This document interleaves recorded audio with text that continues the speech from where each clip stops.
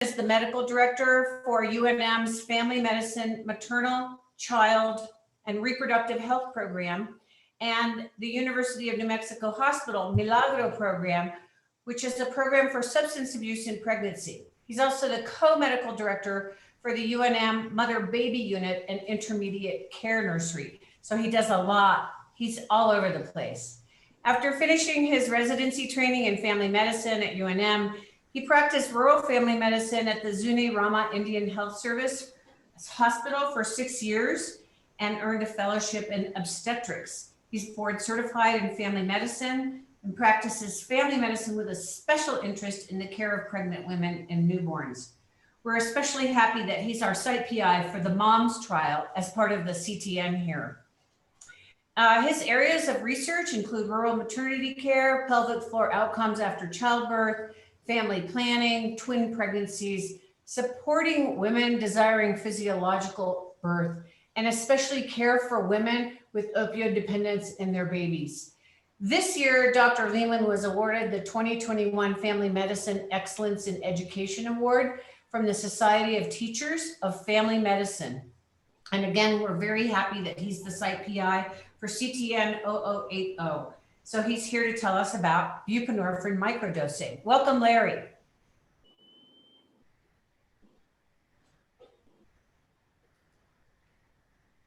I apologize, but you can't see a picture of me. I'm in a call room on labor and delivery, and instead of showing my picture, it shows you the wiring behind the desk. So we'll skip the picture of me part. I'm really excited to talk about this topic. I'm going to start out a little bit, giving a little bit of an overview of medications for opioid use disorder in pregnancy, buprenorphine, and then it'll kind of show where we came to, where we're looking at ways of introducing buprenorphine other than the standard part of starting. And Marie, you can forward the slide there. So I don't have any disclosures.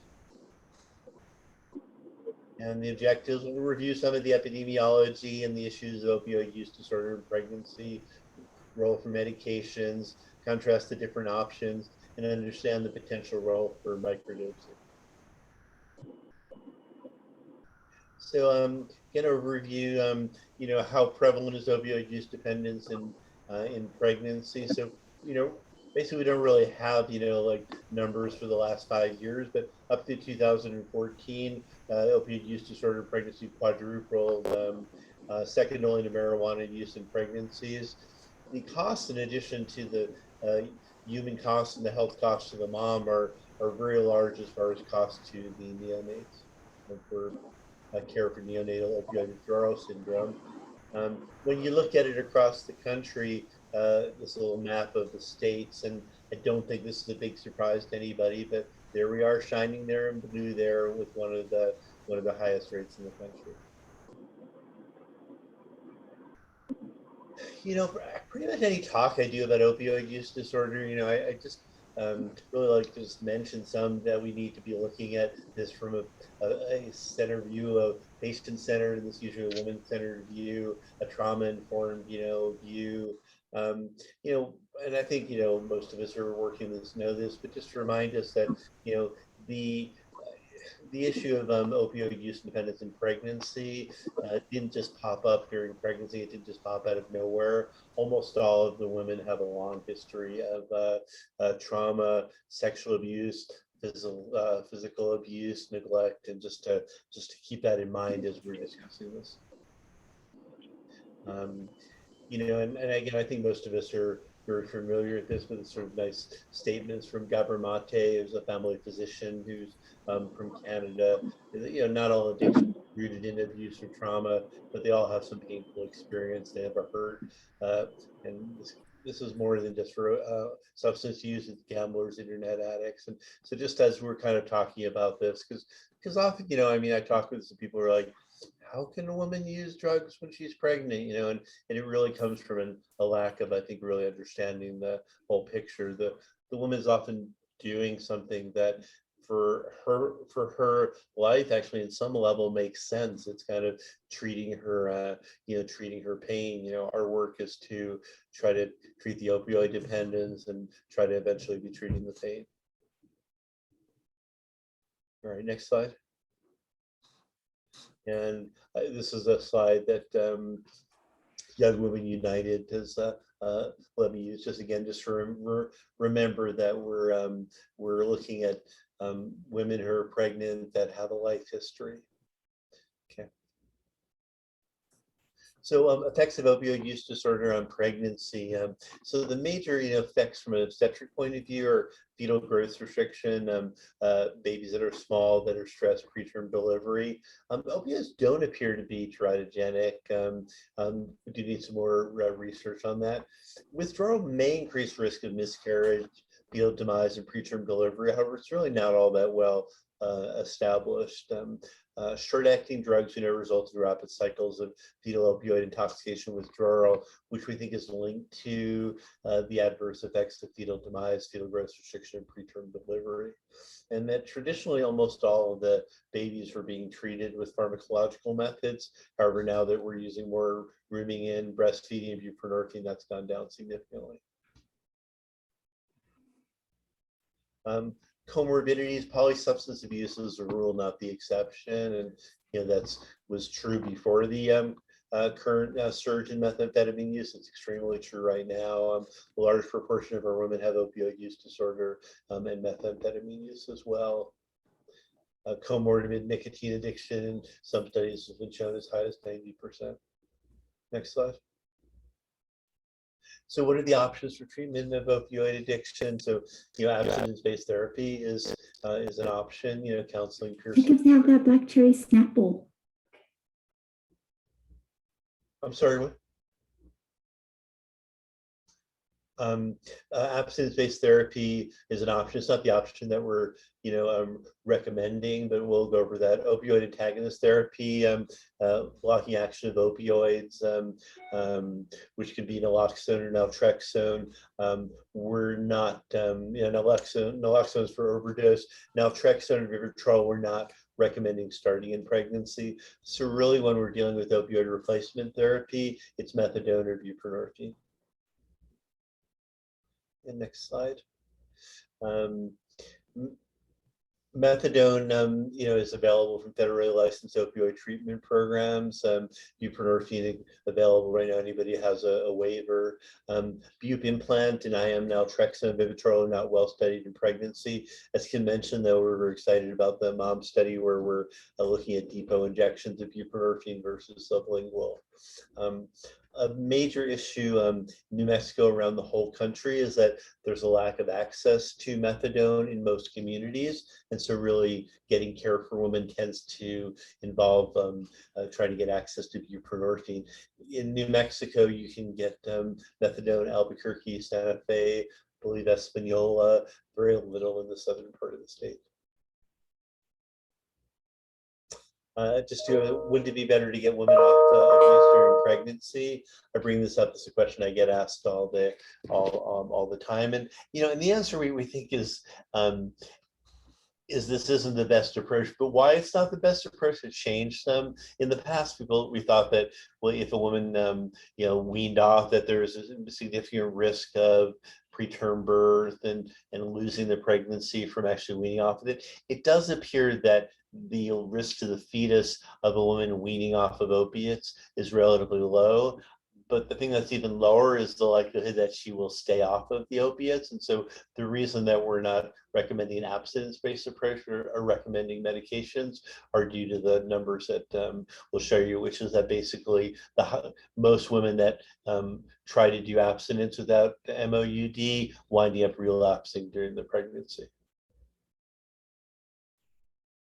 So ACAG, ASAM both have a committee opinion 2017 that opioid agonist pharmacotherapy is a recommended therapy and preferred to medically supervised withdrawal because of the high relapse rates. That hasn't changed since 2017. Now, it doesn't mean there may not be situations where somebody may need to do that. They may be not having access to MAT, and also women have autonomy. We can't tell somebody what to do, certainly, and we do occasionally wean people off, even if we don't think it's the best thing because it's a maternal choice. And we'll kind of skip through this a little bit, but I mean, the other major advantage of MOUD in pregnancy is preventing overdose. So this here is kind of the three ways of the rise in opioid overdose deaths, and you can see that a lot of it now is associated with synthetic opioids and fentanyl. So really the basis for this talk here about microdosing is that we're in the midst of a very impressive fentanyl epidemic. Most of the heroin in New Mexico has been replaced, or at least mixed in with fentanyl. And so what we're seeing is almost all of our women that are using opioids in pregnancy are actually using fentanyl, not using heroin now. And again, this is just sort of a slide, it's a little bit of a complicated slide to summarize it. If you're on MOUD, when you reach the postpartum period, when it's very common to relapse, you're less likely to overdose if you've been on MOUD. Next slide. And the benefits of medication-assisted treatment, and again, I think this is not news to most of us here, but decreasing transmission of infectious diseases, decreasing activities associated with obtaining street drugs, decreasing overdose, and that simple drug detox shows limited term effectiveness. Next slide. Methadone in pregnancy commonly start at 20 to 30 milligrams, then we slowly titrate it up to a level. What's been realized over the last decade or so is that higher doses in pregnancy have less craving. There used to be 10, 15 years ago really an effort to try to have women on the lowest possible dose during pregnancy. Now our goal is simply to have them on a dose that won't be craving, and so that's often a relatively high dose during pregnancy.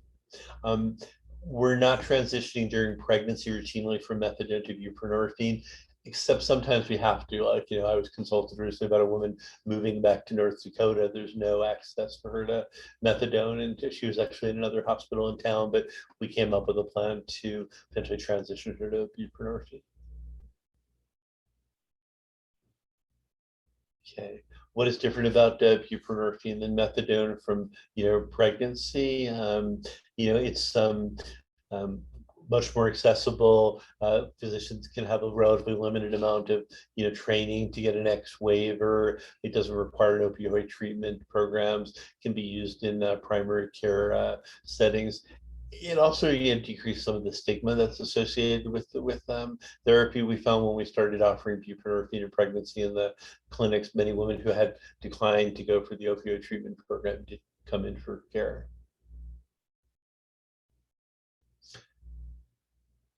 And we can skip through this. This is sort of the same thing that I was basically saying there. So let me briefly go over how buprenorphine is normally used. And this is all basically a preamble to why we're looking at microdosing. So, to get women started in pregnancy, we have women show up.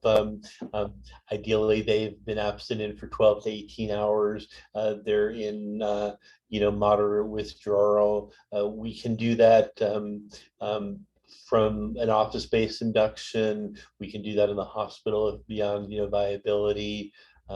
We wait until moderate withdrawal occurs. 4 milligrams of bupe would be given. Symptoms are not worse, we give another 4 milligrams. We tended to do this relatively rapidly, probably more rapidly than some people might be doing it in the non-pregnant. Partially we were aware that we were trying to get the fetus out of withdrawal with a typical daily dose of 16 to 24 milligrams.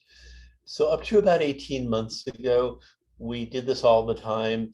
High rate of people successfully transitioned to buprenorphine.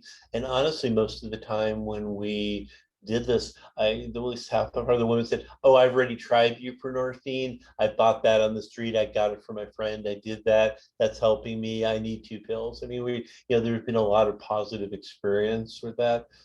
What's changed over the last 18 months is the pandemic, and the amount of social chaos there has made it harder for women to access treatment.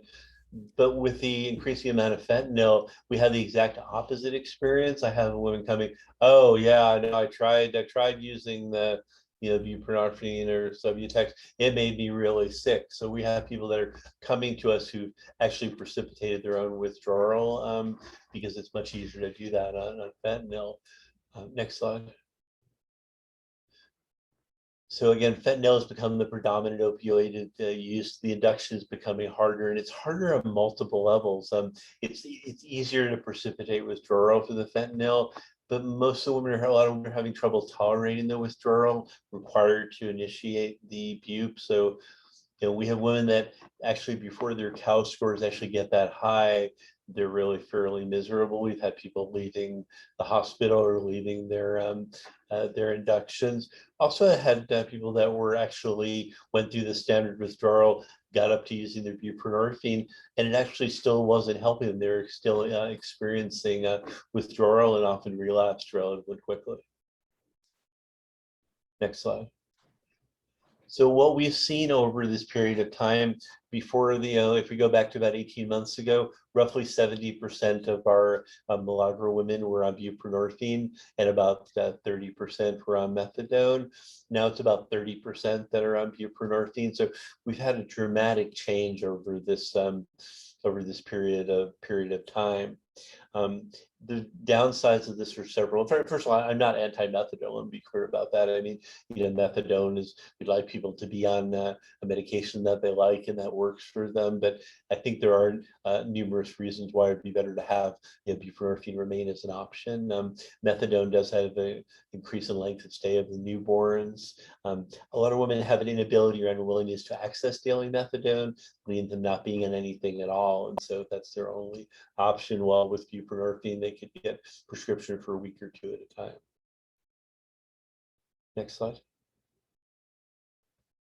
So when we started looking at ways to do that, through a couple of things, the mom study, we have a network. We meet like on a weekly basis and once a month with medical health clinicians meet. So that's been one group. I'm also part of ASAM has a women's action group that meets, and this has been like a common topic of conversation in both of those groups.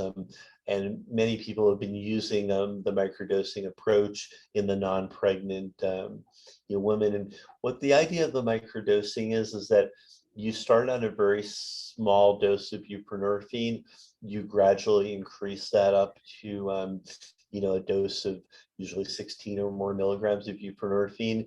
The woman continued to use their illicit opioids during this period in time. When this works, the good thing about it is they don't have to experience the period of withdrawal. They can actually get to the buprenorphine at a therapeutic level without doing that. When we first started doing that, we were thinking this was primarily for women that we knew were using fentanyl, but as this has sort of progressed and we've checked, most of the women have positive fentanyl, and most of them have trouble with getting started on buprenorphine. So we've gradually offered this as an option to any woman. We've offered sort of basically three options: the option of methadone initiation, the option of a routine buprenorphine induction, and the option of a microdosing induction. Next slide. So this is, and again, there's, basically the protocols. None of the protocols that are out there on the country are, are rigorously studied as far as one being better than another. I think a lot of us are still looking at ways to practically do this, and there are a lot of practical difficulties to doing this. You need to start on a very small amount of buprenorphine, and so there's no 0.5, like a milligram pill. So what we're doing, and you can't easily quarter a 2 milligram pill. So we made the decision here, as other people have, to use Suboxone. Now, some of you might be thinking, well, I thought we don't even use Suboxone in pregnancy. And that was true as of like 2 or 3 years ago. there's increasing studies that have been published and recommendations saying that it's okay to continue women on Suboxone. It's okay to use that if that's their preferred choice. There's never been shown any harm to the naloxone that's included in the Suboxone. The real issue has been, that's really been included as a way of decreasing diversion and use. In places such as like the Dakotas, Wyoming, a lot of places where heroin's not been in ready supply and before they had fentanyl, bupe was actually the major opiate of abuse. And so a lot of those programs have been using Suboxone for a long period of time. So one of the issues we found when we introduced this, and we've gotten proactive on our handout, is that we would do this whole plan. They would go home and then they would talk to their cousin or their aunt who said, oh, no, they told me like years ago, you can't use Suboxone, so you can't do that. And so this whole nice plan that we had worked out would sometimes fall apart, for that reason. So we've gotten proactive on that. So this would be like, this is what we're starting to do here. The other issue that we had to deal with is access to the strips, how many strips the pharmacy will and the insurers will cover at a time. So this is a protocol that we've checked in. We won't have any trouble with the pharmacy. We don't have any trouble with the insurer. So they started on a quarter film the first day. When we were doing this, we had people get a script and they had them start this at home and call them in a couple of days. Well, we discovered that, when you gave people a script and they had sort of a plan, they were like, that sounds good. I'll put that in my purse. And then a week later, it's still in my purse because most women don't want to quit using. This is not a population that was necessarily oriented to quitting. This isn't like they went through their stages of decision. They got pregnant and they're pregnant, and so they feel a need to quit. Their family needs to quit. I mean, occasionally I even get like a referral from the local heroin dealer who sends them to Milagro saying, I don't sell heroin to pregnant women. So there's a lot of pressure, but they're not in a hurry necessary to do this. So after having done that a bunch of times and seeing people come back and still holding the script there, and also the other thing we found is that given all the social chaos, and you guys have probably seen this too, nobody has their ID anymore. Everybody's homeless. They've lost their ID. They can't get their prescriptions sort of filled. So we've actually switched to, we've tried to give the first dose if it's at UNM in the OB triage, if it's in our Milagro clinic, in the clinic there, then and you'll see our handout in a little bit, then we write down the first day. And that seems, again, we've only switched this over about a month ago. It seems to be working better. It's just the fact that you have started on this process rather than that you're carrying a prescription.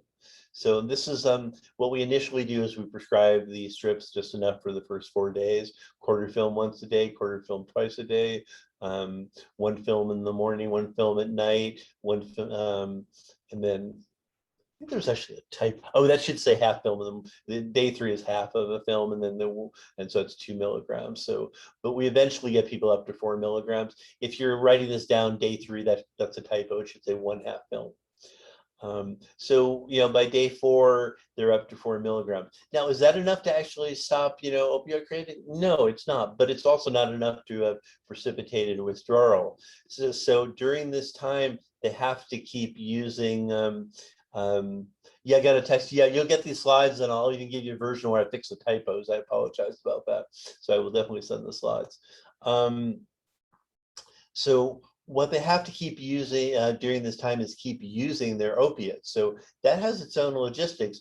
One is that they have to go to a place where they can keep using. I've had people, we started in the microdosing, they went to their sister's house and their sister's like, hey, I thought you went there to get some care. You can't keep shooting up in my house, but then they quit using it and they go through terrible withdrawals. So we've been very clear that they have to have the ability to keep using.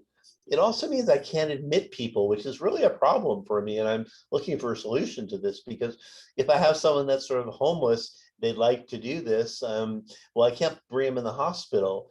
Why? Because I haven't been able to write an order that says patient may use own fentanyl while in hospital. I mean, that's not an option. And I can't prescribe them. I can't prescribe them something different. Now, people are, for chronic pain, doing the same microdosing, and they're prescribing hydromorphone or oxycodone, and that's legal because you're not using it for opioid use disorder. Now, some people are starting something which I haven't decided if it makes sense to me or not, but like some friends in Oregon where they're taking people, admitting them to start microdosing and giving them methadone. So they come in, they get 30 milligrams of methadone, they start the microdosing, and then they wean them off of that. I'm just not sure about that, because I mean, once we get them stable on methadone, does that really make sense to do? I think it does certainly make sense if somebody lives in an area without access to methadone, and I think we will try that. That's legal. I mean, the only thing that's legal in this country is for opioid use disorders, methadone or buprenorphine. So really, when we're doing this, it's being done as an outpatient, and it's being done where you keep using your opioids. Next slide. So the first 4 days, it's the two milligram strips. Then we're going up to the 8 milligram strips. And again, it's the same thing. We're increasing it gradually there. And so by day 8, or day 7, they're up to 16 milligrams.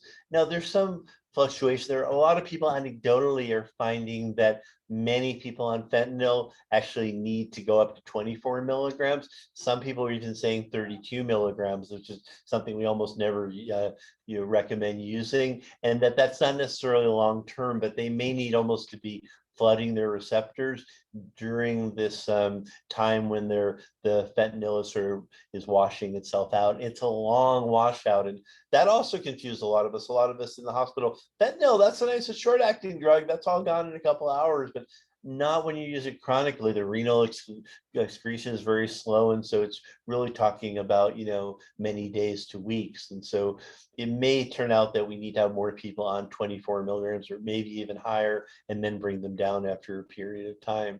Now, starting on day 7, they can start decreasing or stopping their opioids. Again, we keep having people who want to stop sooner, and it sort of makes sense. We're really emphasizing, do not stop, do not decrease until we get you up to the 16 milligrams. So you're hearing all these things that as we've introduced this over the last few months, all the problems we've seen that have helped us get to our current protocol. Okay, next. So the other thing that's is an advantage, and I think this can be an advantage in a lot of places around the state, is that people have been reluctant to start women on buprenorphine when they're 26 or 28 weeks pregnant, because they have to withdraw them. They're worried they're going to go into preterm labor. I'm in a small rural hospital, I can't do that. And I totally understand that. I get that. We've actually have some data here that we're hoping to get published. It really showed that the risks to the fetus and the pregnancy during the bupe withdrawal are very small. Now, this makes really sense, right? Because your typical person that has opioid use disorder and heroin is withdrawing all the time. So the idea that there's a big risk in the 12 to 18 hours of withdrawal was low, but this is one potential option for rural areas that didn't have anyone that would start them after 22 weeks. I mentioned that, again, it has to be outpatient. It can occur at any gestational age. Now, microdosing bupe has also been used for women that are on methadone. However, nationally, no one is encouraging that. There's not an encouragement that we should try to switch people from methadone to buprenorphine if they're stable. Why? Because there's a proportion of women that are stable on methadone and won't get stable on buprenorphine. I mean, that's even going back to the mother trial, which was the initial trial in pregnancy. There's a little higher proportion of women that wouldn't get stable. So if somebody is stable on methadone, we do not, offer the option of switching to buprenorphine. Now, in reality, any mom pregnant woman can force our hand if she doesn't use anything and she goes through withdrawal and she comes back in 5 days. Yes, we'll start them on buprenorphine. And we've had people actually tell us, I'm not going to stay on the methadone. I need to switch. You can either help me or I'll just do it on my own. And we have worked with people, but we don't encourage that. Now, having said all that, depending how successful the microdosing works nationally, it may become more of an option. I mean, it does seem like there are advantages for the fetuses, but right now we're using the microdosing not to change people from methadone, but to change people from fentanyl. Next slide. So practical issues, and some of these or whatever. But using a product with a low enough dose not to precipitate withdrawal requires us to use 2 milligram films, which are a mixed, not mono product. I don't think it's a problem. It's a bit of a problem of our own creation, since we told every woman for years, you need to just use bupe. Now we're changing that in the community. So I think we have to acknowledge that our efforts were very successful over the last 10 years, and we have convinced everybody that they need to use bupe, and now we have to look at that. We need to have a start date, first dose in clinic and OB triage. Need to have an ability to continue the illicit opioids. Can't do this as an inpatient. Some places are using like a butrans patch or other buprenorphine patches and doing this, and they're breaking them into small pieces. We have not done that. There's been some pushback from the DEA about using that. Those products are not actually approved for use for opioid use disorder. So we haven't been doing that. I do know some hospitals that are doing that. I've also heard people have had visits from the DEA that are not happy about that. So I think that's ultimately, I think that, there's a lot of policy things that need to change. I think we're urgently in the midst of the fentanyl epidemic, need to have methadone more available. I think that if I was a physician taking care of pregnant women in a rural area and they're all on fentanyl and I can't get them on buprenorphine, it's crazy not to be able to prescribe methadone. And, I think that's a major policy issue.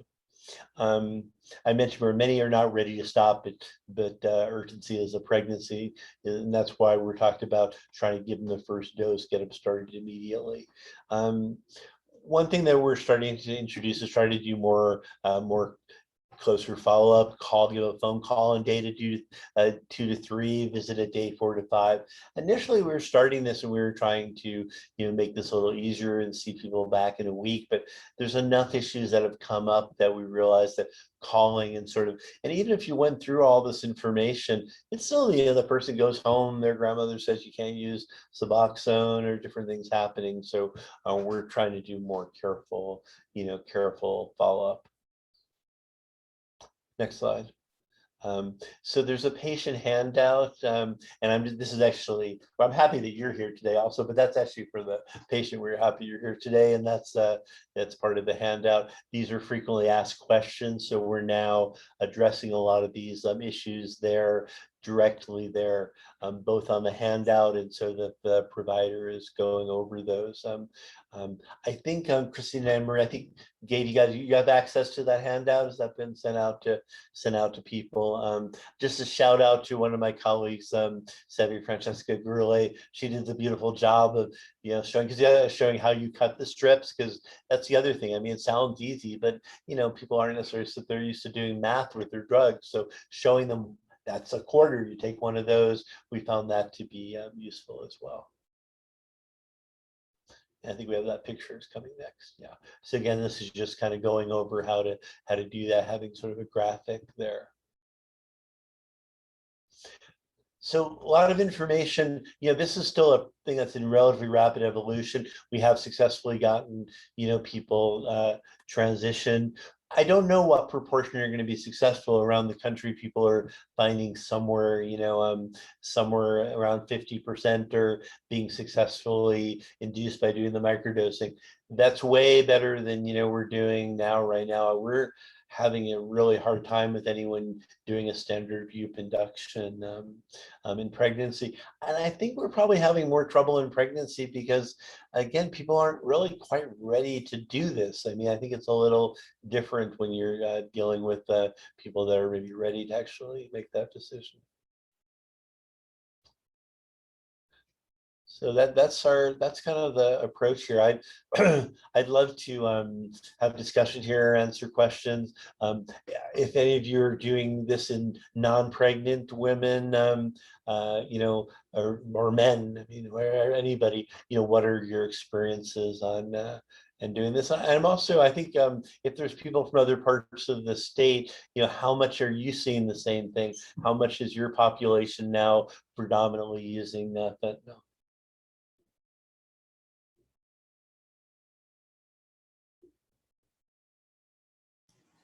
Larry, that was fascinating. Thank you so much. And we really would like to hear your questions and open it up to the group. So I think Christina will unmute people, but you might need to And we can also take questions in the chat, but just wave at us and we'll love to hear your questions. Yeah, please feel free to unmute yourselves and just pop on if you have a question, or put it in the chat and I'll read it aloud.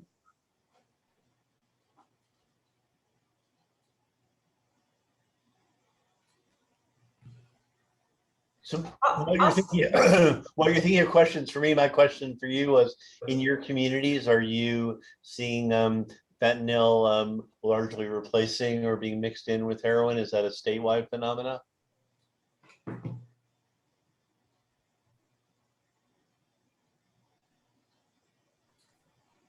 I got a thumbs up from Phil. Thanks, Phil.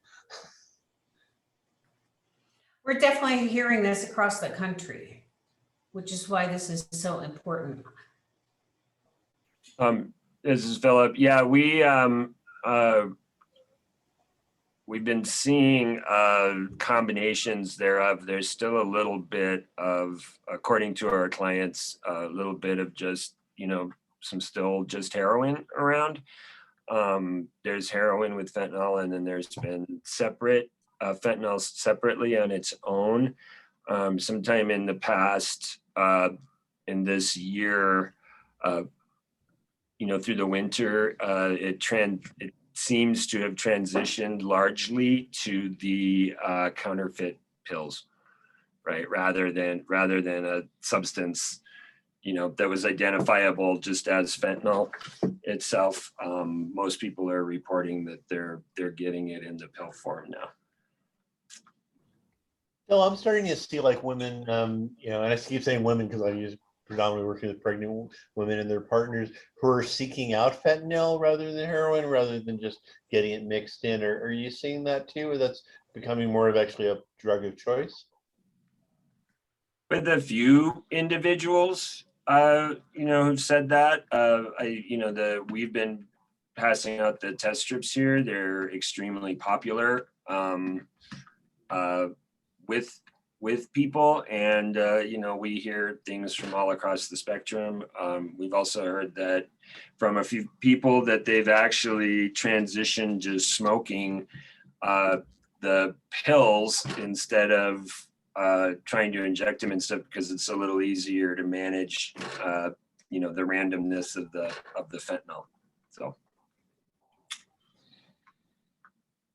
Well, I have a question, Larry, and I'm less on the community side, but I would like to know what kind of research you think is needed about microdosing and fentanyl for pregnant women. I think real basic stuff. I think actually one could offer to randomize women. My hesitation on that, we're seeing such a poor rate of success. I'm a little concerned with doing that. I think one thing I'd really like to figure out how we could do, and whether we could do this with an IRB or a DEA waiver, is how to do this as an inpatient. I'd like to be able to take a woman who is using fentanyl, bring her in the hospital, and actually do this microdosing while she's an inpatient. Often they need residents as well, and be allowed to prescribe oxycodone or Dilaudid and wean that down. Yeah, I was gonna say, what about hydrocodone? Could we give them Dilaudid, sort Yeah. of an assisted therapy? I would love to do that. My understanding is we need some kind of waiver from the DEA because that's not an approved drug to use for opioid use withdrawal. That's the way the narcotics regulations are written is my understanding. And so I think we would need to do that. But I would think that under a research setting, we would be able to do that. I mean, if you look back at the MOMS trial, they took the women that were, I think by and large on heroin, ran them through morphine, and then randomized them to bupe versus methadone. So I think we could do that in a research setting. Ideally, you would need multiple sites to do that, but I think that would be a great study to do. And then, by doing it as a multi-center trial, we could actually prevent everybody having to deal with the same, different issues or regulations. If we could present that to probably to the DEA and see or NIDA directly, how do we do that? I think that would be really helpful. Thanks. Hi, Kim. This is Betty Tai. I do have a question. How are you? Hi, Betty. Hi, Larry. Thank you so much. I joined this seminar with my colleague Carmen, and it was very interesting in listening to the details of how to do this microdosing. So what I'm saying is about the fentanyl thing. What we have heard at this end at NIDA, not just in the CTM, but also from the other division, when they are having conversation with their researchers, it basically said that the opioid addiction sometimes is really dictated by what's available on the market, especially the cost of the and the availability of this. So it seems to be the fentanyl is here to stay and is gaining its popularity. So, you know, by listening to you, it was very, very interesting, and would like to see if you actually will be able to compare with microdosing and non-microdosing, whether this approach is more effective in treating patients who use fentanyl as a you know, primary drug, or us being laced by the vendors or whatever. But it's probably difficult to gauge what's really in what they are take, you know, when they are using the stuff. And also, I think the microdosing is also being discussed in emergency room treatment. One of our colleagues, Andrew Herring, I don't know if you know him, he's in Bay Area. And he also find out this method is very effective in treating ER room patients who are men and not pregnant. So I think it's maybe a method that's really gaining its you know, a popularity. And we have a work group lately been discussing how to manage the ever gaining popularity fentanyl. Using microdosing was also one of the approach they have been discussing. So I thank you so much, but you know, for me, this is such a treat because I don't have the opportunity going to the clinics and witness how a patient being treated. And it was your seminar that was really very informative for me. And I'm very sorry about my video. I either all in the dark or now I'm, you know, ghostly. I don't know why, but I will try to fix that. And thank you so much, and Kim, for inviting us in. And thank you very much, Larry, for such a informative presentation. Thank you. Thanks for joining, Betty. That was really terrific. It's great to see you and Carmen, and we're glad that this is of interest to the to NIDA CTN. I think there's a lot of important things that we need to ask. We have a lot of other community folks here and providers from New Mexico, and I wonder if we could, if we have any questions from them, or if any of them have tried this, for instance, with their patients.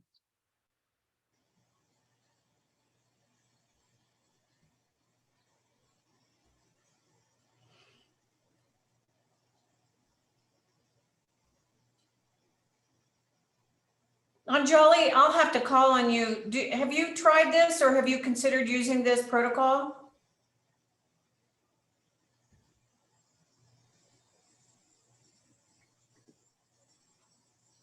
call on me. Yes, we have tried this, but with some flexibility of what patients can do, because they sometimes want to use a little bit more in the microdosing, or so we'll prescribe the normal amount and then walk through a specific thing that they can do, which has been helpful because there are a number of folks who almost start crying and want to give up, knowing how much time they would have to otherwise withdraw from fentanyl before starting with Suboxone. So, and we're mostly working with people who are not pregnant and are using this regularly. Thanks so much, Angela. We do appreciate hearing your experience. Do people report that withdrawal is more severe from fentanyl than other opioids? Does anyone know that? Yes. So it is. So this is a really important strategy to use to minimize those effects.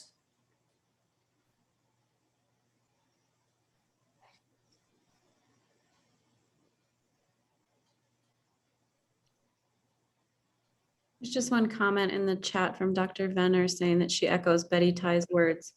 She hasn't been in clinic yet, but she really appreciates the presentation and expertise to Larry.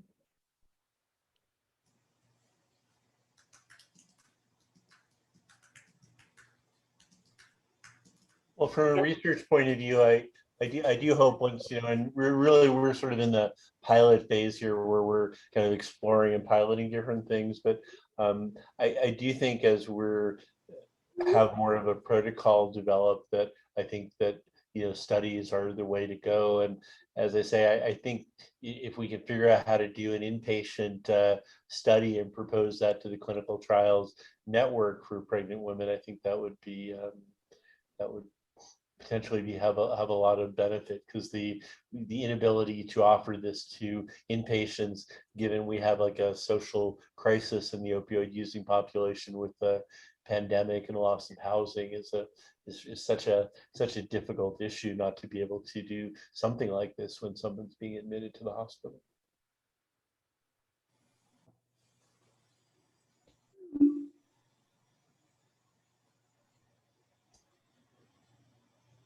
Well, thanks for inviting me. It's really nice to see everybody. I keep seeing a lot of people around the state that I know and haven't seen in, I don't know. Angela, I haven't seen you in years, so it's good to see you up there and contact different people there. So thanks for inviting me, and look forward to coming back to future meetings. Thank you, Larry. We're grateful to all of our community partners and folks that we work with who come to these groups and participate. We had, is there any announcement about what we're doing on our next meeting, Anne Marie and Catherine? I'll turn it over to you.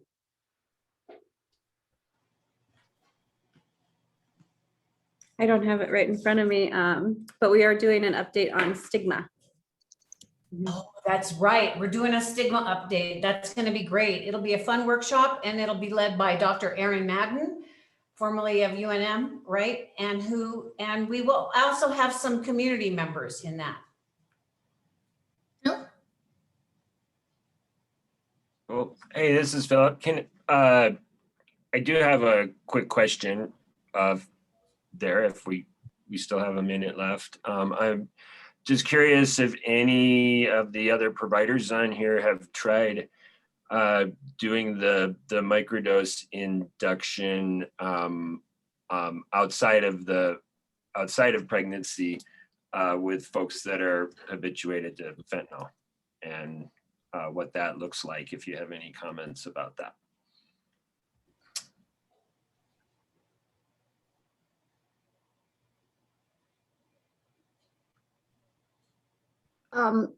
This is Betty again. I want to check with Carmen because she's so much more familiar with the details.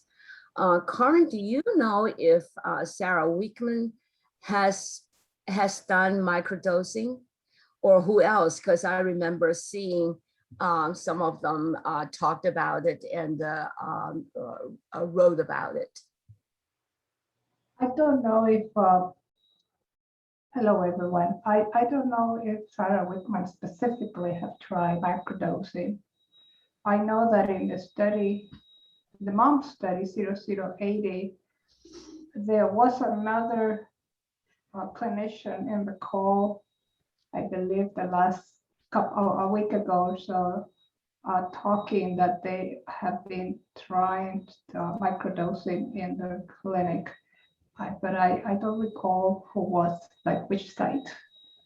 Because I remember Larry was not able to be at the call, so the other clinician that was in the call was discussing the process, and they share the microdosing protocol with the study sites. And there was another site that they were discussing, like, the waiting period, like I think in your protocol is like every third day or every fourth day, and they were talking about doing it a little earlier. But I don't recall who was it, and I don't think Sarah Wakeman has. I have not been in any discussions with her about doing this particular kind of protocol.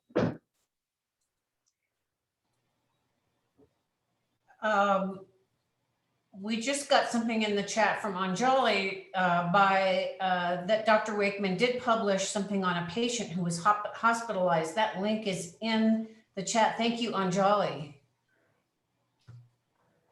So since you are asking about the non-pregnant woman patient population, I can share with you, we also heard another paper is coming out fairly soon. Instead of using microdosing, they use really big dose, like 32 milligrams as the first induction dose. And so in many ways, it's kind of like paradoxing here. You know, you either use little dose gradually, or you just whopping dose and just saturated every possible receptor. So those are the two things right now going on. I'm pretty sure there are very detailed nuances, differences, and the comparison of these things. But it's interesting to see how people test different way of doing it. And right now, also we have a study ongoing led by a investigator from Columbia who is really study, it's called the SWIFT trial, really study how to effectively induct people onto buprenorphine, or for that matter, onto depot naltrexone. But it's just started the study. And I really think this is a very interesting question, because that's the first step. That's where you're going to lose all your patients if it's not approached properly.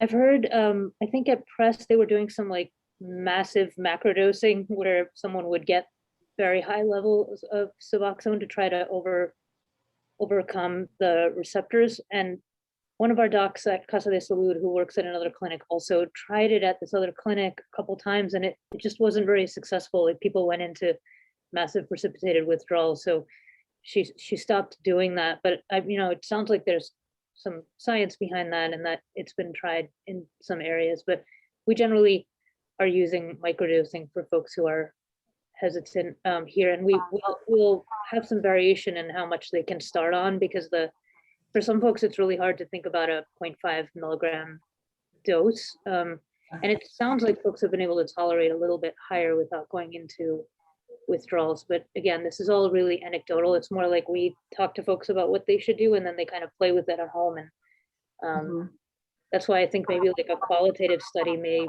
be really helpful, because like, what are people actually doing that's working versus randomizing and controlling. But and my mind always goes to qualitative studies. Anjali, I really love that idea of a qualitative study. It could really help inform a dosing study. That's a great idea. Yeah.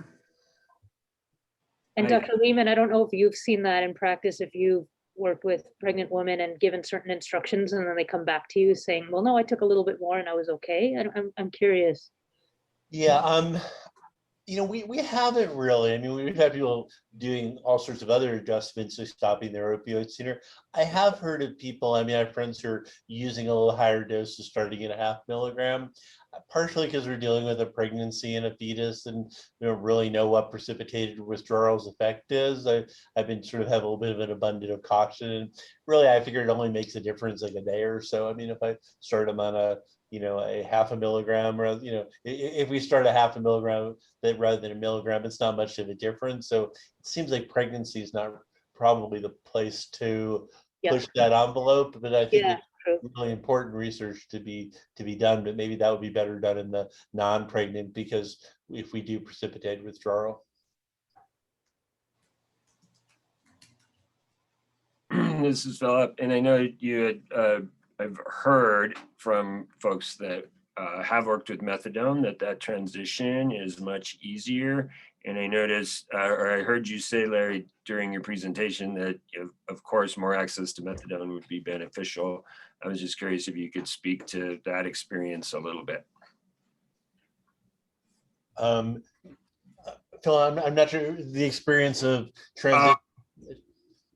Yeah, people transition or fentanyl dependent or habituated transitioning onto methadone, and is that actually been easier for people?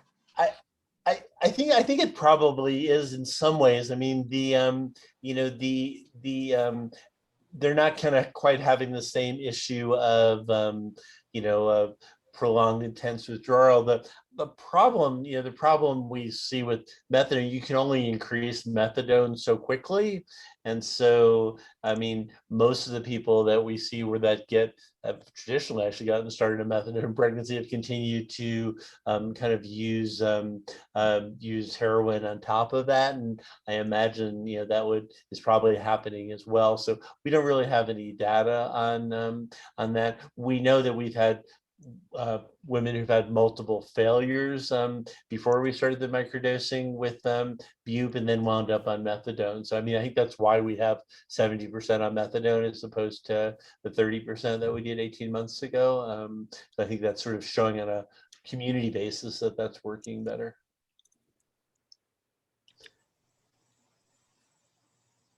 Phil, did I answer the right question? Yeah, no, that's great. Thanks. I mean, I've been hearing a lot of that, again, sort of anecdotally, out there in the world, but I actually haven't heard anyone with some firsthand experience of saying, oh yes, methadone was way easier than any other option. So yeah, I mean, the problem we have though is I think that by having people that are on methadone and live an hour away, or when people are on methadone don't have any transportation, I think we then lose people to care. I mean, we're definitely, the other thing we're seeing here over the last 18 months is more women showing up with very little prenatal care, showing up in labor and stuff. And so I think that, anytime we limit options, and if methadone's the only option, it's not good for people, then they wind up on nothing and they just show up in labor.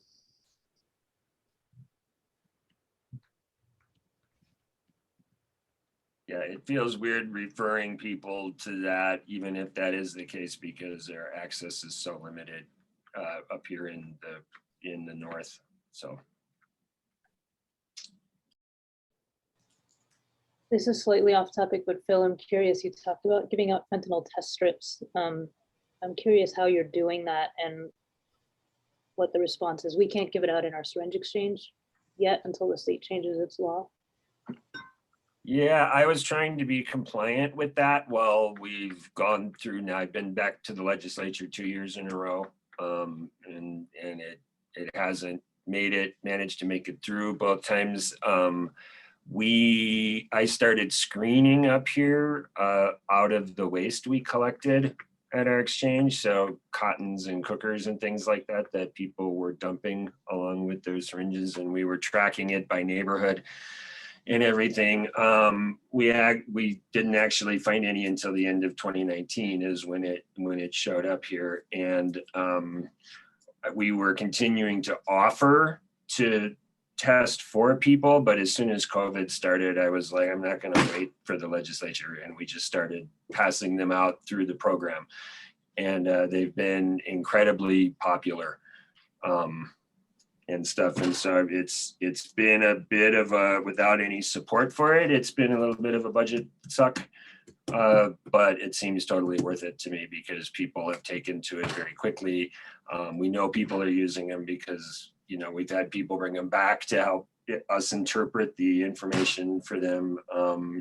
I find them in the parking lot. We find them on the street. I see them in the buckets that people are dumping. And so I know people are using them, and the questions that they're asking and stuff have been really, it's been a really great experience to do it rather than just making out flyers saying, oh, be careful. You know, I mean, we've been doing that for 120 years and we're still where we are. So actually putting that in people's hands has been really great.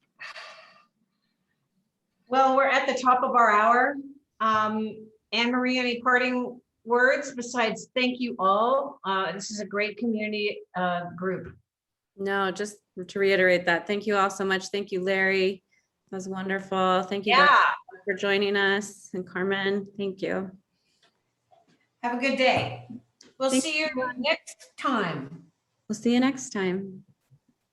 Bye. Bye-bye.